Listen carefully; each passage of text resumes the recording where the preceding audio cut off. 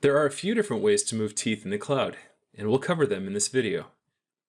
The first method is with the widget that appears when you select the tooth. By clicking and dragging the black arrows, you can bodily move the tooth in any direction.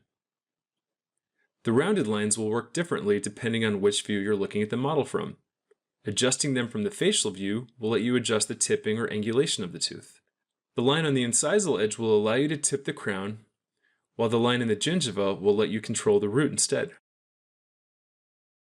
Using the lines when looking at the model from the occlusal view will allow you to rotate the tooth, either on a hinge movement or around the center axis using the middle line.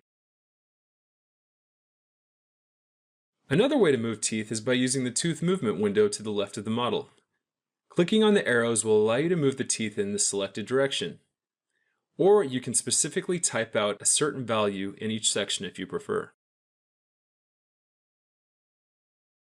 Once you type out your value, push the Enter button to save.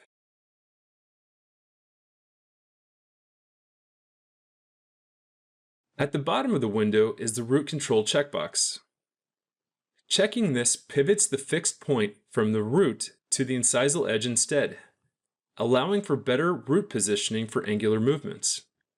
For example, if I use the arrows to adjust the tipping while the box is checked, you can see that the incisal edge is fixed and the majority of tipping occurs in the root instead. The same can be done for the torque as well. There may be instances when you want to move a group of teeth together at the same time. In order to do this, hold down the Control key on your keyboard and left-click on the teeth you'd like to include. You will see them turn blue. Once you have them selected, you can use the arrows in the tooth movement window to move all of the teeth together. Simply click on any of the blue teeth again to deselect them.